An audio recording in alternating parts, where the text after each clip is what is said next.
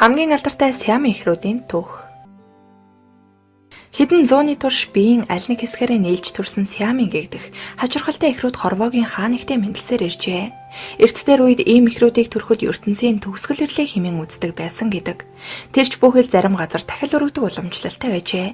Гэвч цагийн эсээр Овсгот нэгэн Сиамын эхрүүдийг ашиглан мөнгө олохор шийдэн олон хүн бужигнсан зах зээлийн газар циркэн шоу хийдэг болов. Хэдэн зууны турш тэдгээр эхрүүд өөрсдийн авьяас чадвар шоу үзүүлбэрүүдээр үзэгчдийг байлдан дагуулж иржээ. Сиамын олон эхрийн мэс заслын аргаар салгадагч зарим нь насан туршдаа хамт амьдрахаас өөр аргагүй болдог. Өнгөрсөн үед ийм эхрийг салгах мэс засал тун ховор байсан юм. Ингээд та бүхэндээ түүхэнд хамгийн ихээр алдаршиж хамт амьдарсан Сиамын эхрүүдийн эмгэнэлт болон гайхамшигт түүхийг хүргэе. Эгчдүү Дейзи ба Виолет. Хилтны эхрүүд хэмээх нэрээр алдаршсан эгчдүү Дейзи ба Виолет Хилтны Их Британи улсын Брайтон хотод 1908 оны 2 дугаар сарын 5-ны өдөр мэндэлжээ. Эхрүүд эхээс төрөхдөө таац ташаа хэсгээрээ нийлсэн байсан ч бусад амин чухал эрхтнүүд нь тус тусдаа хэвийн үйл ажиллагаатай байсан юм. Тухайн үед Джеймс хэмээх эмч Сиамын эхрүүд төрсэн тухай болон тэдний биеийн байдлын талаарх мэдээллийг тэр үеийн Британий эрүүл мэндийн сэтгүүлдээр бичиж байжээ. Тэр эмч огтыг салгах хагалгаа хийх талаар амгаахын нийгэмлэгт санал хүргүүлсэн ч хагалгаа хийх ямар ч боломжгүй гэсэн хариу өгчээ. Учир нь эхрүүд өвзгөөрөө нийлсэн нэг цусан хангамжтай байсан тул хагалгаа хийсэн тохиолдолд огтын аль нэг нь амнасаа алдах магадлалтай байв. Эхрүүдийн их нь 21 настай бүсгүй Кейт Скиннер хэмээх буфетны худалдагч цайны газар зөөгчөөр ажилладаг нөхөргүй ганц бие эмэгтэй байв. Түүний ажилдаг буфетийн захирал Мэри Хилтон хэмээх эмэгтэй эхрүүдийн ээж Кейтэд түрхтэн тусалсан бөгөөд эхрүүдийг хараад бизнесийн ашиг орлого олж болохоор санагджээ. Ийхүү төрсэн их нь огтоо өсөхөөс татгалзаж тэднийг бурхны гисгэл хэмээн үзэж Мэри Хилтонд худалдсан байна. Эхрүүдийн ачаар мөнгө олох боломжтойг ойлгон өөрийн асрамжинд худалдан авсан захирал эмэгтэй Мэри Хилтон тэдэнд Дейзи ба Виолета хэмээх нэр өгөөд өөрийн овгоор овоглож өсгөх болжээ. Огтоо зарсан ихэнч маш ихээр баярлаж байсан гэдэг. Харин огтоо зарсан Кейт Скиннер бүсгийн цаашдын амьдралын талаар ямар ч мэдээлэл байдаггүй ажээ. Үнэн хэрэгтээ Мэри Хилтон гихч эхрүүдийг өрөвдсөндөө худалдаж аваагүй юм. Тухайн үед төрөлхийн гажигтай хүмүүсийн шоу үзүүлбэр маш их алдартай байсан бөгөөд эцэст нь тэднэр ихээхэн ашиг олж хөдөлмөрийг нь мөлждөг байжээ. Мэри Хилтон ч эгчдүүсийг ашиглаж их хэмжээний мөнгө олох боломжтой гэдгийг ойлгосон байв. Гэхдээ хэдий гаж төрсөн ч энэ шоуны ачаар хангалттай хэмжээний хөрөнгө хуримтлуулж үр хүүхэд ач зээнараа тойруулан аз жаргалтай амьдарч байсан сэргэлэн хүмүүс цөөнгүй. Харин эгчдүү Дейзи Виолет нарын хувьд хувь тавилан эсэргээрээ байсан юм. Тэднийг өргөмөл их болон тэдний гэр бүлийн өмчин байсан гэхэд болно. Хожим эхрүүдийн талаар бичсэн тэмдэглэлдэр Мэрийг өрөвчзөөлөн сэтгэлгүй хэрцгий эмэгтэй байсан тухай тэд дурдсан байдаг. Мэри охтыг эсэргүүцлээ илэрхийлэх буруу алхам хийх болгонд нь шийтгдэг байжээ. Гэхдээ Мэри охтод гайхалтай боловсролыг олгосон байдаг. Түүний тусламжтайгаар охид дуулж төрөл бүрийн хөгжмийн зэмсэг дээр тоглож сурсан бөгөөд энэ салбартаа баггүй амжилтыг олжээ. Тайзан дээр охид нуруугаараа налан сууж буй энгийн бяцхан охид мэт харагддаг байв. Тэд хоёул өхөөртөн буржгаш харгалахстай ганган даашинз бантгтай дүүбэлтэй байлаа. Үзэгчид охтын үзүүлбэрт маш дуртай байсан учраас тоглолт бүрийн дараа сэтгэл хангалуун үлддэг байжээ. 3 нас хүртлээр охид англи даяар аялан тоглолт хийж байсан бөгөөд хожим нь Мэри охтыг Герман, Австрал руу дагуулan явсан юм. Гэвч Австралд охтын шоу үзэгчдэд тийм ч таалагдсангүй. Харин Австралд Мэригийн төрсөн охин болох Эдит нөхөрт гарчээ. Эдитийн нөхөр ноён Майер цэнгийн шоу үзүүлбэр зохион байгуулах зэрэгт гаргууд авьяаслаг нэгэн байсан учраас ихэр охтын тусламжтайгаар хэрхэн мөнгө олох талаар арвин их мэдлэгтэй байжээ. Ингээд тэрээр охтыг Америкийн нэгдсэн улс руу аваачих саналыг Мэрид тавьсан байна. Харамсалтай нь тухайн үед Америкийн нэгдсэн улс руу нэвтрэх тийм ч амархан байсангүй. Америкийн нэгдсэн улсын удирдлагууд тэдний өргөмөл охтыг хөгжлийн бэрхшээлтэй учир нутагтаа оруулахгүй хэмээн хориг тавьжээ. Гэтэл энэ үед Мэри хэвлэл мэдээллийн хэрэгслэр хүний эрхэнд ноцтой халдсан тухай мэдээллийг гадаад ертөнцид цацна гэж сүрдүүлснээр Америкийн нэгдсэн улс руу нэвтэрч чадсан байна. Эгчдүү Дейзи Виолет хоёрын үзүүлбэрч шинэ ертөнцид гайхалтай амжилтыг дагуулж чаджээ. Тэд Америкийн нэгдсэн улсын өнцөг болон бүрт шоу тоглолтоо хийх болсон бөгөөд 7 хоног бүр $5,000 орлоготой ажиллаж байсан гэдэг. Гэвч энэ их мөнгнөөс огтд сохор зоос ч өгдөггүй байв. Охтын олсон мөнгийг асран хамгаалагч нь авдаг байсан бөгөөд үзүүлбэр үзүүлэхээс татгалзвал хатуу шийдэгдэг байжээ. 1926 онд эгчдүү Дейзи Виолет нар алдарт дуучин жүжигчин Боб Хоптой хамтран бүжгэн жүжигт тоглох болсон байна. Энэхүү 1930-ад оны үед алдартай Сиам ихрүүдийн хувьд хүндхэн амьдралын эхлэл тавигдсан юм. Удалгүй ихрүүдийн асран хамгаалагч Мэри Хилтнийг нас барахад октод Мэригийн охин Эдит болон түүний нөхөр Майер нарын гарт очжээ. Хэдийгээр Мэри Хилтон нас барсан ч Дейзи Виолет хоёрын амьдрал өөрчлөгдсөнгүй. Харин ч эсрэгээр бүр хүнд хэцүү байдалд оржээ. Мэригийн охин болох Эдит охтыг өөрийн иргэшэлд оруулсан байна. Тэд Техасын Сан Антонио дахь харшид амьдардаг байв. Охид гэрээсээ гарах ч хоройтой байлаа. Учир нь бусдаас өөр төрсэн ихрүүдийг зүгээр л гудамжинд харах боломжтой бол хэн тэднийг харахын тулд зүгээр мөнгө төлөх билээ дээ. Тиймдээ ч Эдит болон түүний нөхөр нь Мэригээс илүү зэрлэг балмад хүмүүс байсан бөгөөд ихрүүдийг өөрсдийн хяналтанд байлгадаг байжээ. Тэдний хүсснээр хийхгүй бол задуулна. Ямар нэгэн эсэргүүцэл илэрхийлэх төдийд л тэд охтыг хөвчлэр мэршэлтэй хүүхдүүдийн асрамжийн газар аваач нь хэмээн сүрдүүлдэг байв. Тэд илүү ол золохын тулд ихрүүдийн хэсэг хугацаанд олонний хараанаас голдуулж жаз хөгжим сургасан байна. Виолет чадварлаг саксофончин Дейзи хийлж байжээ. Гэсэн хэдий ч Дейзи болон Виолетийг орчноос бүрэн тусгаарлах боломж Майрын гэр бүлд байсангүй. Эгчдүүс ямар нэгэн тоглолтод оролцохдоо бусад оролцогчид хамтрагч нартайгаа харилцаж байсан нь мэдээж хэрэг. Ихрүүдийн хамгийн дотны анд нь дэлхийн шилдэг элбчин Гари Гудини байжээ. Тэрээр алдартай эгчдүү ихрүүдийг шүүхэд гомдол гаргаж эзнээсээ салах хэрэгтэй хэмээн зөвлөдөг байв. Тэр үед ихэр эгчдүүс 23 настай байсан бөгөөд санаандгүй байдлаар өөрсдийн төлөөлөгч Вильям Оливертэй танилцжээ. Хэрв түүнтэй азар таараагүй байсан бол тэдний боолчлол хэр удаан үргэлжлэх байсныг таашгүй. Тэд хамтдаа ихэнх цагаа өнгөрүүлдэг байсан учраас Оливерийн эхнэр Милдред нөхрөө ихэр эгчдүүстэй хардсан байна. Охид Оливерт хайртай шүү гэсэн загтал илгээсний дараа Милдред маш ихээр бухимдаж салах өргөдлөө өгчээ. Шүүх хуралдааны үеэр Оливерийн эхнэр Милдред сэтгэл санааны гүн хохирол учруулсан хэмээн ихрүүдээс $250,000 нэхэмжлэв. Үүнийг эсэргүүцсэн Эдит болон Майрын гэр бүл ихэр эгчдүүст өмгөөлөгч авч өгөхөр болжээ. Дейзи Виолет хоёр өмгөөлөгчтэйгээ уулзаад гуруулхнаа үлдснийхээ дараа өөрсдийн тулсан амьдралын түүхийн талаар түнд дэлгэрэнгүй ярьж өмгөөлөгч тэднийг Майрын эсрэг гомдол гаргах хэрэгтэй хэмээн зөвлөжээ. Улмаар 1931 онд ихрүүдийн өмгөөлөгч Мартин Арнольдын ачаар шүүх бүсгүйчүүдийн талд бат зогсож Майрын гэр бүлийг эгчдүүст $100,000 төлөх ёстой гэсэн шийдвэрийг гаргажээ. Ийхүү хөөрхий эгчдүү Дейзи Виолет хоёр Майрын гэр бүлээс салж эрх чөлөөтэй амьдралаар амьдрах эрхтэй болсноос гадна $100,000 буюу одоогийн ханшаар $1.4 сая тэнцэх хэмжээний нөхөн төлбөр гаргуулan авчээ. Эрх чөлөөтэй болсноос хойш тэд ч өөрсдийн хүслээр амьдрах болж олон газраар аялж бие биенээсээ ялгагдахын тулд үсээ өөрөөр өнгөөр бодож өөрсөддөө таалагдсан дуртай хувцас өмсөх болсон байна. Тэдний амьдрал бусдын анхаарлыг ч ихээр татахуулж тэд өмнөхөөсөө илүү их орлоготой болжээ. Тэгээд тэд өөрсдийн театрчилсан үзүүлбэр үзүүлдэг болж 1932 онд ихрүүдийн түүхийг өгүүлэх Эрэмдгүүд кинонд өөрсдөө тоглож дэлгэцнээ гаргав. Үүний дараа тэдний алдар нэр нь буурч согтууруулах хундаа хэрэглэх болж шоу бизнесээр амьдралаа залгуулсаар байв.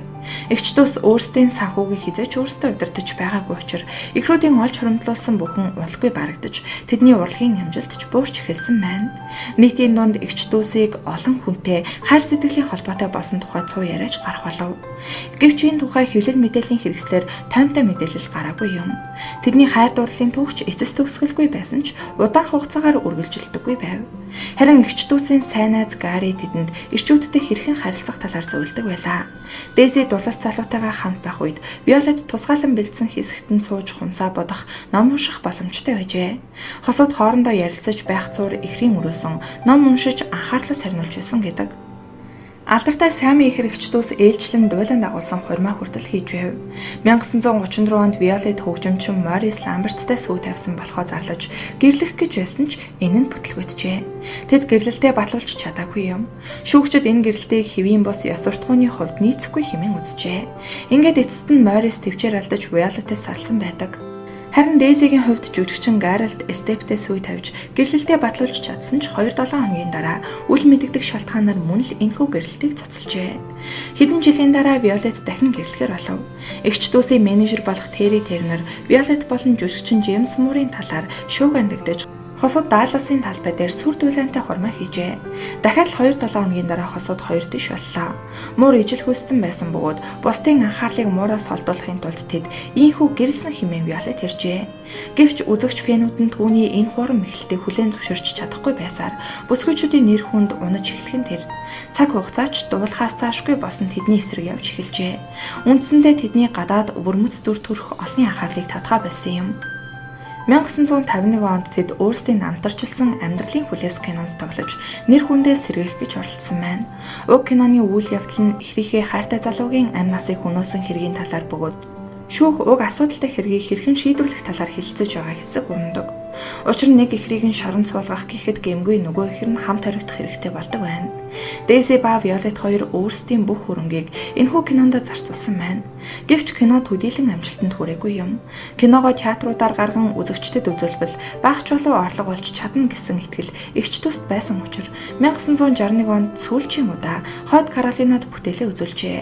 Гэвч энэхүү бүтээлээс олсон багахийн хэмжээний ашгийг нь менежер нь авч зугтсан гэдэг. Ингээд эгч төс хөрөнгөчгүй нэр хүндчгүй болж гудамжинд гарчээ. Аз болж бүсгүйчүүдийг Шарлотт хотын нэгэн хүнсний дэлгүүрийн захирал хөдөлгөгчийн ажилд авчээ. Эгч төс контейнерт амьдарч шарсан төмс зардаг байв. Олонний анхаарлын төвөөс холдож нам гүнхэн амьдарч байсан ч ажил дээрээ тогтмолд нүрэ будан цэвэрхэн хувцастай ирдэг байсан нь тэд хизээ нэг өдөр нэр хүнд нь эргэж ирнэ гэдэгт итгэсээр байсных гэдэг. Гэвч харамсалтай зүйл тохиолджээ. 1969 оны шинэ жилийн өмнөх нь Дейзи Хонконг Канад хүрсэн байна. 1969 оны 1-р сарын 4-ний өдөр тэд ажилдаа ирсэнгүй. Уцаач авалгүй олон хонсон учраас дэлгүүрийн эзэн нь тэдний тухай цагдаад мэдэгдэж дуудлага өгчээ. Цагдаа нар эхрүүдийг гэртээ насварсан байдалтайгаар олжээ. Тэд Хонконг Канадны золиос болсон нь тэр байв.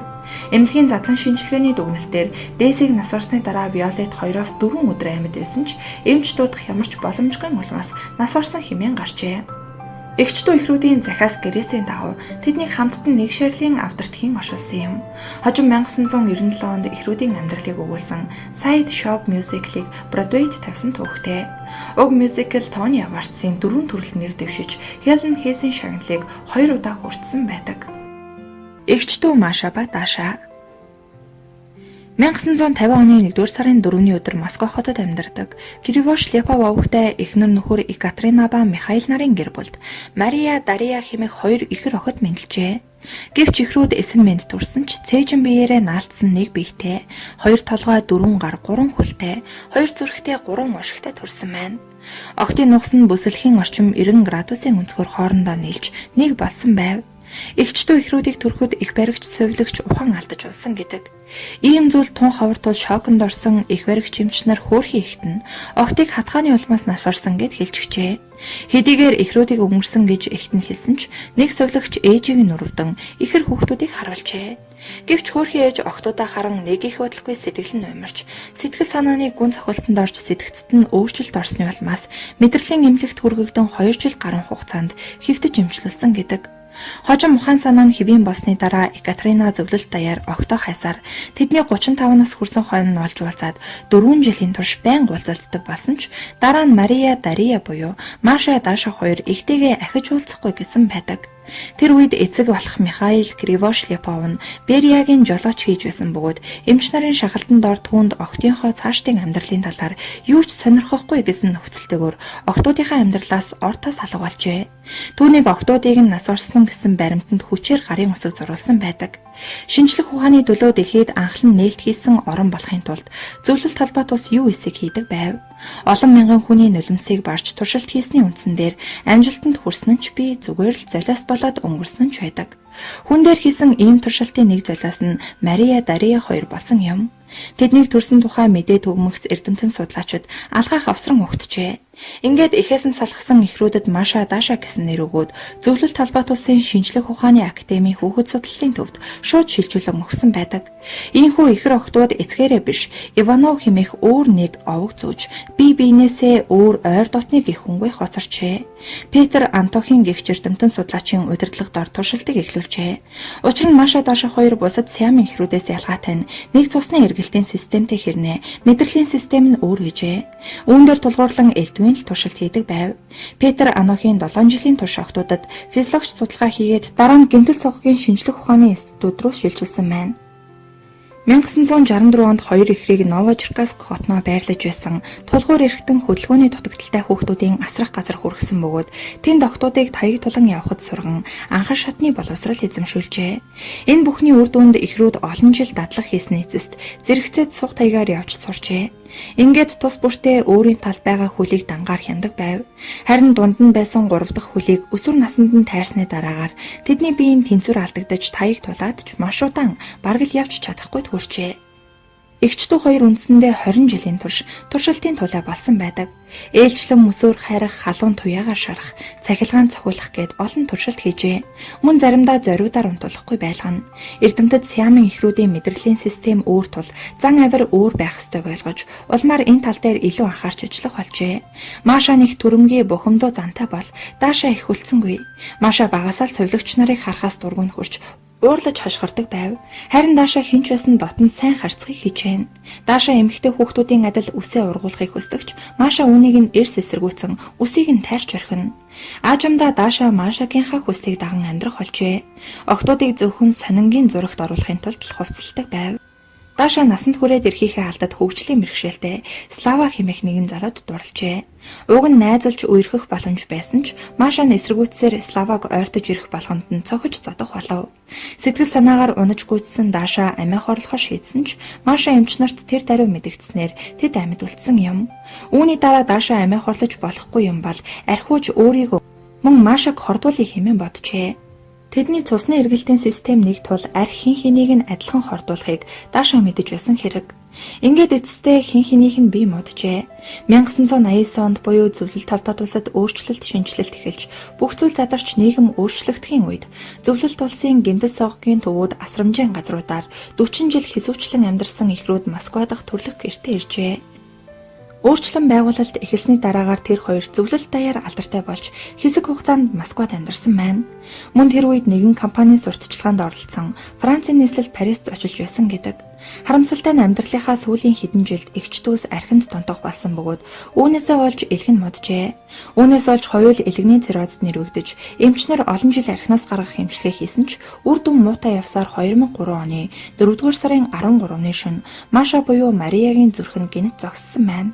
Маргааш өглөө нь унтаагаараа явсан Мариягаас болж амьд үлдсэн эгчийн Даша буюу Дариягийн бич модож таагүйдсэн тул түүнийг мөнх нойрсон Машагийн хамт эмнэлэгт хүргэжээ. Тэд наривчлсан шинжилгээ хийгээд Маша нь хурц зүрхний шигдээсийн улмаас өөд болсныг тогтоосон байна. Гэлээч Машагаа нас орсон гэж Даша хүлээн зөвшөөрөхгүй. Тэр зүгээр унтаж байгаа хэмээн хэдэн цагийн турш ярьжээ. Нөгөө талд байгаа Дашагийн хувьд Машаны өрдөл сэрэх боломжгүй гүн нойронд автсан хүн адил мэдрэгдэж байсан гэдэг. Эцэстээ эмч нар Машаг нас орсныг хүлээн зөвшөөрүүлээд биеийг нь хагалгаагаар салгаж өөрийг нь цаашид амьдрахыг санал болгоход Даша эсэргүүцжээ. Ингээд Дашач мөн орчлонгоос оджээ. Эхрүүдийн цусан хангамж нэг байсан тул Машаг нас орсноос хойш түүний биеийн ялцрал цус дамжуулах системээр нэвтэрч эхэлсний улмаас Дашач хортон 17 цагийн дараа нас орсон байна. Ийхүү эхрүүд 53 насалсан юм. Сиамын эхрүүдийн хувьд энэ нь өндөр насанд тооцогддог. Тэднийг Москвагийн Ваганковын оршуулгын газар нутаглуулжээ. Эгчдүү Мили Кристин 1851 онд Америкийн Хойд Каролина мужид Жибезо Маке хэмээх нэгэн ядуу боолын гэрт Мили Кристин хэмээх эгчдүү эхэр төржээ. Тэдний эцэг эх нь хоёул баян айлд зарцлагдаж амьдардаг байв. Эхрүүдийг 8 сартай байхад эзэн нь ээжийнх нь хамт Джон Первист гэгч хүнд $1000 арилжжээ. Үүнээс хойш тэд олон хүний гараас гар дамжин худалдаалагдсаар эцэст нь Жозеф Смитийн гэр бүл тэднийг худалдан авсан байна. Ингэж ам зууж байх зураа тэд хүнд хулгайлагдан Англи руу очиж үзүүлбэр үзүүлэх болжээ. Гэсэн хэдий ч Смит тэдний араас уйггүй хөөцөлдсөний эцэст 3 жилийн дараа Америкт нь эргүүлэн авчирч чадсны зэрэгцээ. Охид үзүүлбэрээ үргэлжлүүлэн үзүүлж, 2 толгойтой охин 2 толгойтой алтан гургалтай зэргээр нэрлэгдэх болжээ. Смит охтуудаар авто зам дээр үзүүлбэр үзүүлүүлж, улмаар тэд Каролинагийн эхрүүд гэдэг нэрээр маш их алдарсан байна. Тэд нэг даашин зумсан гарч хошин дуулж бүжиглэн хөгжим тоглодог байв. Охтуудыг 10 нас хүрэх үед эзэн нь нас орж, эхрүүд баг хүүгийнх нь мэдлд очсон байна. Шинэ эзэн нь сургал тарааж тэднийг Сиамын ихэр биш, харин 2 толгой 4 хөл, 4 гартай, нэг бүсгүй гэж сурталчлан олонд үзүүлэх болжээ. Удалгүй 1863 онд боолчлыг халах тунхаг гарсан хэдий ч Мили Кристин хоёр Смитийн гэр бүлтэй үлдэхээр шийдсэн гэдэг. Тэд циркийн үзүүлбэр үзүүлсээр байсан бөгөөд 1871 онд Хатан хаан Викториад зориулан үзүүлбэр үзүүлж байв. Тухайн үед Хатан хаан тэдэнд алмаз эрдэнэс бүхий үсний хавчаар бэлэглэж байжээ.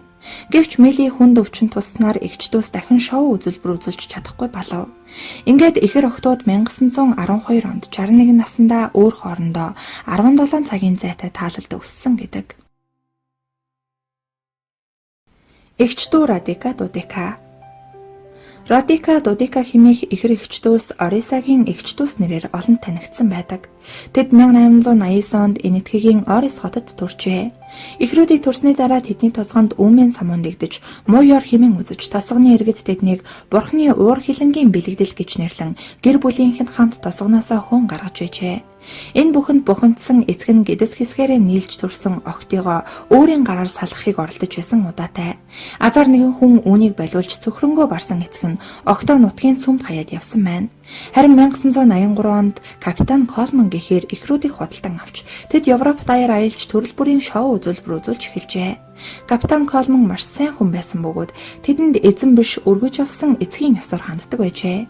Харамсалтай нь тэд эд алдаршиж байтал 1902 онд Додика сүрээгээр өвдөж, Радикагийн амийг аврахын тулд Парисын доктор Эжен Лойдоин тэдний биеийг салгах мис ажилбар хийсэн байна. Мис засал амжилттай болсон ч Додика маргааш нь нас орсон байна.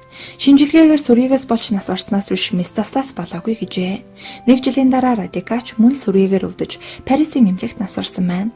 Доктор Дойны ихрүүдэд хийсэн мис заслыг кино болгож олон нийтэд үзүүлсэн байдаг. Токиогийн ихэр ах дүүс. 1877 онд Италид цээжин биеэрээ нэлсэн Токиогийн ихэр ах дүүс төржээ.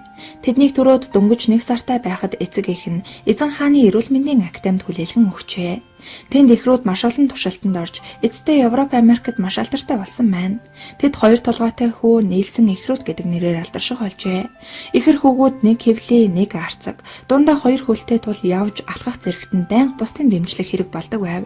Ихрүүд нэг хөлөөл хянаж чаддаг байсны зэрэгцээ бусад эрхтнүүдэд хянах боломжгүй байжээ. Төрснөөсөө хойш ихрүүд насанд хүртлээ дэлхийд даяар тойрон аялсан байна.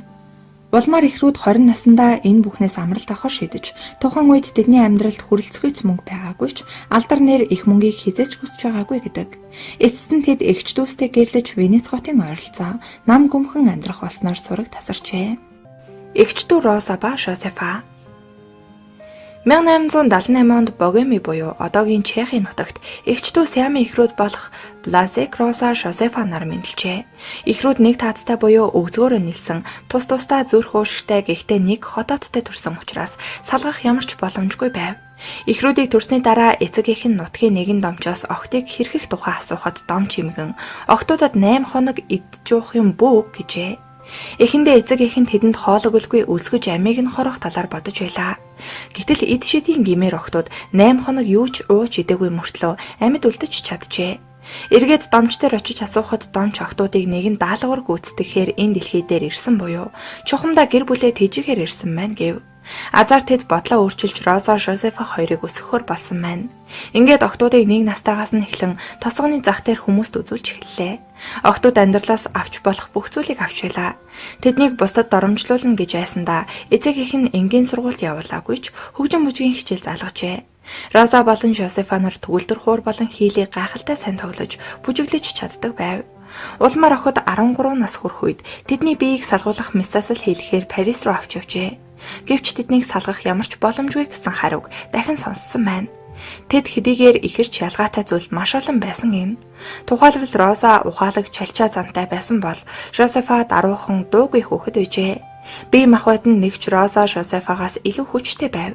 Тэдний хамтын амьдрал хайр дурлалаас болж нэг л удаа сүдэрсэн юм. Удалгүй 28 настай Роза Германы офицер Франц Дворактай хайр сэтгэлийн холбоотой болсон бөгөөд тэр ч бас Розад хайртай байжээ. Гэхдээ Роза харьцаагаа төр зүрийн байлгахыг хүсч байв. Ихрүүдийн эргэтэн тусдаач нэг савтай байсан учраас хүүхэдтэй болоход хүндрэлтэй байлаа. 1909 онд Розаг жирэмсэн хэмээн хэвлэлүүд шуугих болов. Үнэхээр 1910 онд тэр 90 саруул хүү төрүүлж чадсан бөгөөд хүүдээ Франц хэмээх нэр өгчээ. Ингэснээр амьдрах чадвартай хүү төрүүлсэн түүхэндх цорын ганц Сиами ихэр эмэгтэй болсон юм. Харин Жозефа хүүхэдтэй болох зөвшөөрлийг тэдэнд өгсөн бөгөөд азар хүүхэд тээсэн нэг нь Роза байв. Амьдралынхаа туршид эхрүүд олон ирчүүдтэй нэр холбогдож байсан хэдий ч ахиж хүүхэд гаргаагүй гэдэг. Хэвлэлүүд эцгийг нь хинбэ хэмээн нилээд сонирхож ганцхан Розатай гэрлэх боломжгүй. Хоёулантай нь гэр бүл байсан байх. Үнэхээр тэр нөхөртэй байсан. Тэр нь дайнд нас орсон гэгчлэн янз бүрээр бичцгэж байлаа. Роза харин энэ талаар ам нээсэнгүй. Жаал хүүгээ дагуулan үзүүлбэрээ үзүүлсээр л байлаа. Гэхдээ хүүгийн эцэг ёс суртахууны үднээс Розатай гэрлэх хоройтой байсан гэдэг. Роза хайрт залуутайгаа амьдралаа холбохоор шийдэж шүүхэд өргөдөл гаргасан бөгөөд шүүхийн шийдвэр гартал удаан хүлээсний эцэст сүй тавьжээ. Түүний нөхрийг өхөн хөхтөл нь хоёр амрагтай байсан хэрэгт буруутгасаар байсан юм. Нөхөр нь Австрийн армид алба хааж байгаад 1917 онд Дайны фронтод амь өргөцсөн тул хүүгээ том болохыг үзэж чадаагүй гэдэг. Жозефинач мөн адил нэг залуутай сүй тавьсан ч хайртай залуу нь хурим хийхээс өмнө өвчнөөрөөд болсон гэдэг. Розагийн хүү ихрүүдтэй хамт амьдардаг байсан бөгөөд хүү өсч том болж тэднийг асрах хэмжээнд хүрсэн байлаа. Олон жилийн турш хүмүүст үзмэр болж явсан ихрүүд 1922 онд анх удаага Америкт аялан тоглолтоо хийж явах үеэр Жозефина шар өвчнөөр өвчилж дүүгийнхээ асрамжинд орсон байна. Эмч нар тэднийг салгах мэт засал хийлгэж ядахнаа Розагийн амийг аврахыг санал болгожээ. Харин Роза саналыг хүлээн авахыг зөвшөөрсөнгүй. Бид нэг хүмүүс хэрвээ Жозефа өхвөл би ч бас цуг өөхнө гэж хэлээд эгчтэй багхан ч гэсэн хүч өгөхийн тулд Роза хоёр хүний хоол идэж байжээ. Ингээд Розагийн хүсэлж биелж Жозефинаг нас орсноос хойш 15 минутын дараа өвчин нь халдаж ихрүүд нэг өдөр таалал төгсжээ. Ах トゥ Чан Баин Ах トゥ ихэр Чан Эн 2 нь 1811 онд Сиам буюу одоогийн Таиланд улсад төрсөн. Тэр үед улсыг нь Сиам гэдэг байв. Энэ ихрүүдээс эхлэн биеэрээ нийлж төрсэн ихрүүдийг Сиамын ихэр хэмээх болжээ. Сиамын эзэн хаанд улсад нь хачиргалтай ихэр хүүд төрсэн тухайд болоход хаан тэднийг чөтгөрийн үрсад муу ёрыг авчирна хэмээн үзэж хоройхыг тушаасан ч ихэнх хүүхдээ өхөөс татгалзаж үхэл рүү явуулахыг хүсээгүй тул тэд амьд үлджээ. Ингээд хэдэн жилийн дараа тэднийг улсынхан нэрээр Сиамын ихэр хэмээн нэрийдэх болов. Ихрүүд цээжин хэсгээрээ нийлсэн байсан бөгөөд их нь ихрүүдийн арсыг уян хатан болгохын тулд тусгай тус байнга түрхдэг байв. Ээж нь хүссэндээ хүрч чаджээ. Ихрүүд нүрээ харж чаддаг болсноос гадна багч болов хинхэндээ саад болохооргүй чөлөөтэй хөдөлж чаддаг болсон байна. Тухайн үед эмч болон ажиглагч нар тэднийг нэг зүрхтэй амьсгалын замын эрхтэн ч бас нийлсэн гэж үзэж байсан ч хожим нь энэхүү эмнэлгийн таамаглал буруу болох нь батлагдсан юм. Жижигхэн тосгонд төрсэн тэд яг л хэвийн хүүхдүүд шиг бусадтай тоглож наадаж, гэрийн ажил хийж эцэг их болон эгчдүүстэй туслах зорилгоор нугасны өндөг цуглуулан зарах гэх мэт ажил хийдэг байжээ. 1829 онд тэднийг Шотландын худалдаачин олж харснаар Сиамын хаан өөрийн шийдвэрээ өөрчилж ихрүүдийг Хойд Америк руу авч явахыг Шотландын худалдаачинд зөвшөөрчээ. Ингээд тэд Сиамыг орхиж Шотландын худалдаачин Роберт Хантер тэднийг дэлхийд даяарт хоёрон аялуулахаар авч явсан гэдэг.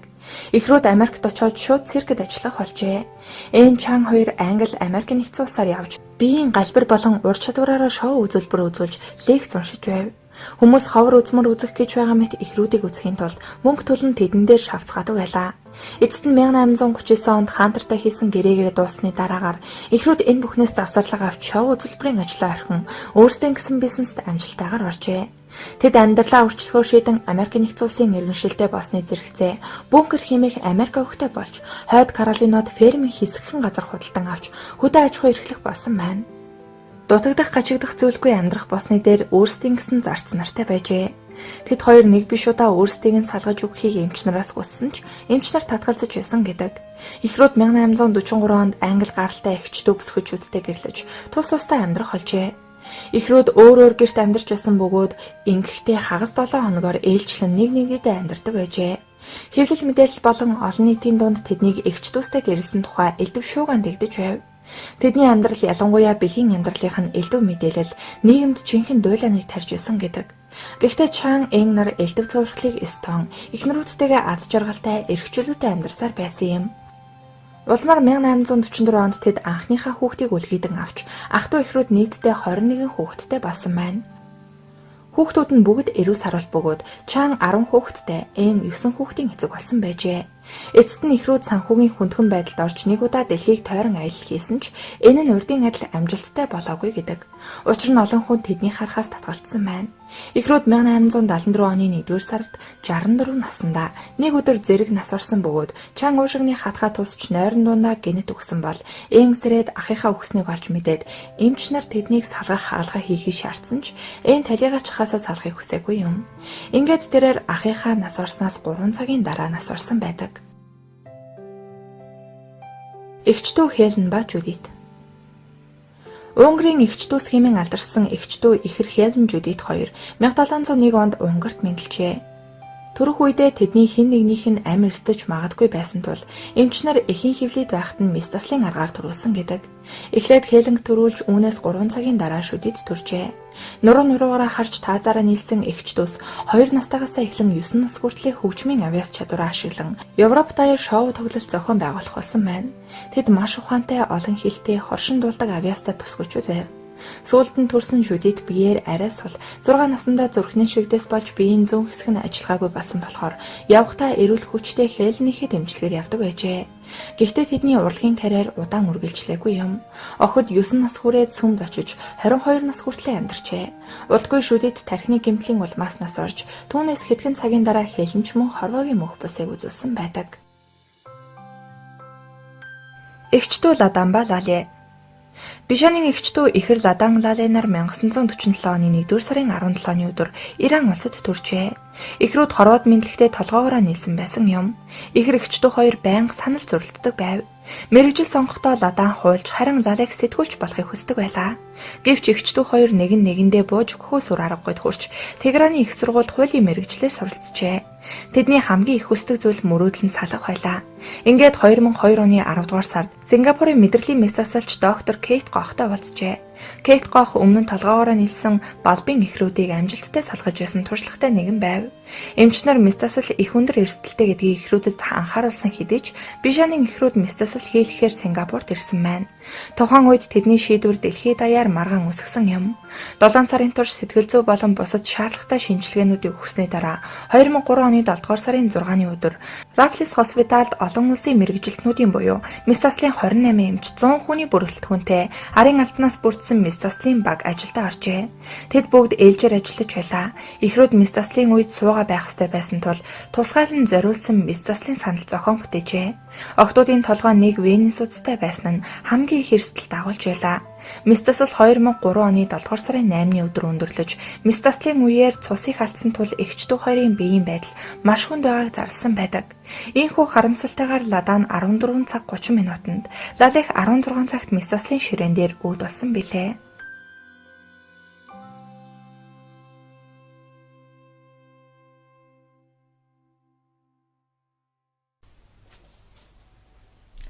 Дараагийн бичлэгээр уулзлаа.